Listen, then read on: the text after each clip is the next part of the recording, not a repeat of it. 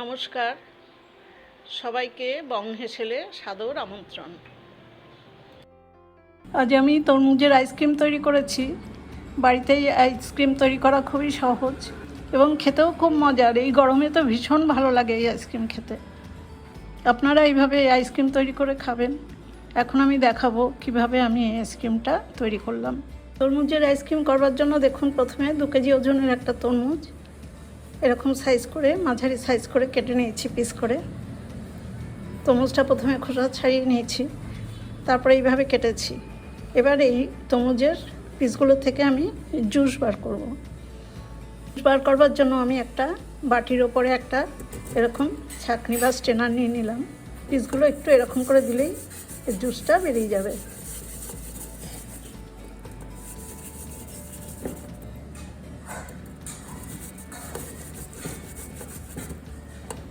দেখুন, নিচে জুস বেরিয়ে যাচ্ছে। এই পিসগুলো কিন্তু মিক্সিতে দিলেও হবে, কিন্তু সেক্ষেত্রে বীজটা ছাড়িয়ে দিতে হয়, তারপরেও ছাঁকনিতে ছাঁকতে হয়। সেই জন্য এইভাবে একবারে করে নেওয়াই ভালো। ছাঁকনিতে ছেঁকে তরমুজের জুসটা বার করে নিয়েছি। এতটা জুস হয়েছে। এখনকার তরমুজগুলো একটু ড্রাই ড্রাই ভাব হয়, তা নাহলে এগুলো কিন্তু অনেকটাই বাদ হয়েছে। দেখুন, আগে কিন্তু এগুলো খুব রসালো থাকতো। এই জিনিসগুলো আমি আর নেব না, এগুলো ফেলে দেবো। এবার জুসটা একটা মেজারিং কাপ দিয়ে মেপে দেখব কতটা হয়েছে। 1 কাপ, 2 কাপ, একদম 3 কাপ হয়েছে। 3 কাপ তরমুজের রসের মধ্যে আমি 3 টেবিল চামচ চিনি দেবো। তরমুজটা যা মিষ্টি আছে, তারপরেও একটু আইসক্রিম করলে মিষ্টিটা কমে যায়। সেই জন্য একটু চিনি না দিলে আইসক্রিমটা খেতে ভালো লাগবে না। এবার এই রসটাকে আমি একটু জাল করব।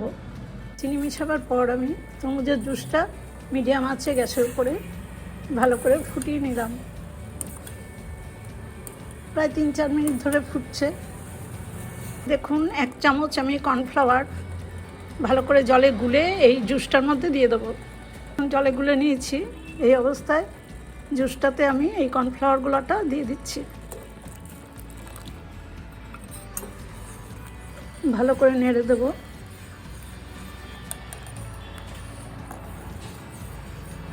কর্নফ্লাওয়ারটা না গুলে দিলে কিন্তু দলা পাকিয়ে যাবে। তরমুজের আইসক্রিমে কর্নফ্লাওয়ার না দিলে কিন্তু আইসক্রিমটা টেস্টটা ভালো হয় না। অনেকটা জলটাকে বরফ করলে যেমন হয় সেরকম টাইপের হয়ে যায়, আইসক্রিমের মতো স্বাদ হয় না। এবার দেখুন, আবার কর্নফ্লাওয়ার দেওয়া অবস্থায় ফুটছে। 2-3 মিনিট মিডিয়াম আছে আমি ভালো করে ফুটিয়ে নিলাম। অনেকটা দেখুন ঘন হয়ে যাচ্ছে। এর থেকে বেশি ঘন করলে আর ভালো লাগবে না। এবার আমি গ্যাসের ফ্লেমটা অফ করে দিয়ে জুসটা বেশ খানিকটা ঠান্ডা করে নেব। জুসটা দেখুন গ্যাস থেকে নামিয়ে আমি ঠান্ডা করে নিয়েছি। এবার আইসক্রিম মোল্ডের মধ্যে জুসটা দিয়ে দেবো।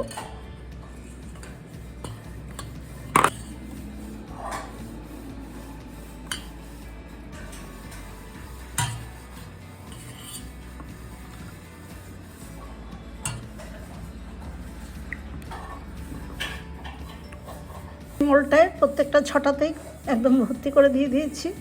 এবার এই ঢাকনাটা দিয়ে দেবো। কাঠির শুদ্ধ এই ঢাকনাটা এইভাবেই আছে। এই মোল্ডগুলো এইভাবেই তৈরি হয়।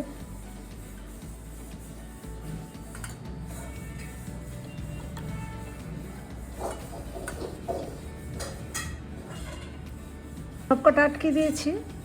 এবার এই আইসক্রিমের মোল্ডটা আমি ডিপ ফ্রিজে পুরো 6 ঘন্টার জন্য রেখে দেবো। 6 ঘন্টা পর আবার দেখাবো আপনাদের।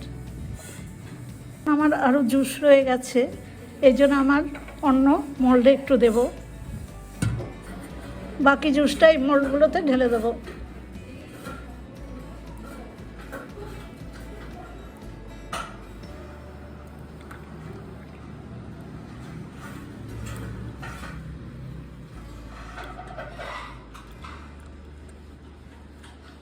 একটা দরকার হয়নি, একটার এই 4টেতে করেছি। 4টে ঢাকা দিয়ে দিই। এগুলোতে কাঠি দেওয়া যায় না। কাঠি আলাদা করে আমি যদি একটু ফয়েল পেপার দিয়ে কাঠি ঢুকিয়ে দিতাম তাহলে হতো, এটা এরকমই থাকবে।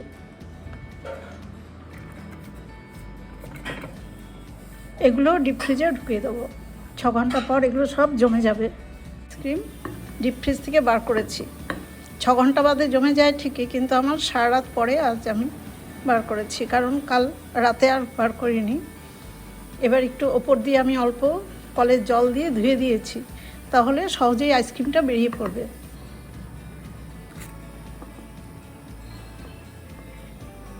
দেখুন কি সুন্দর আইসক্রিম হয়েছে। বাইরেটা একটু জল দিলে কি হয়, বাইরের বডিটার থেকে আইসক্রিমটা ছেড়ে আসে তাড়াতাড়ি।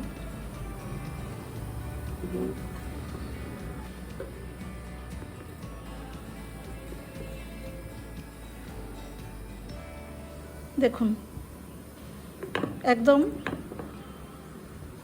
ভেতরে কিচ্ছু লেগে নেই, মোলটা পুরো পরিষ্কার হয়ে গেছে।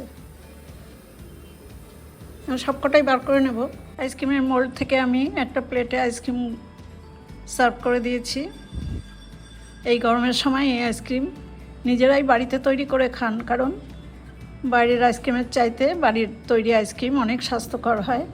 বাচ্চাদের তো ভালো লাগবেই, বড়রাও আমরা খুব ভালোবেসেই এই আইসক্রিম খেয়ে নেব।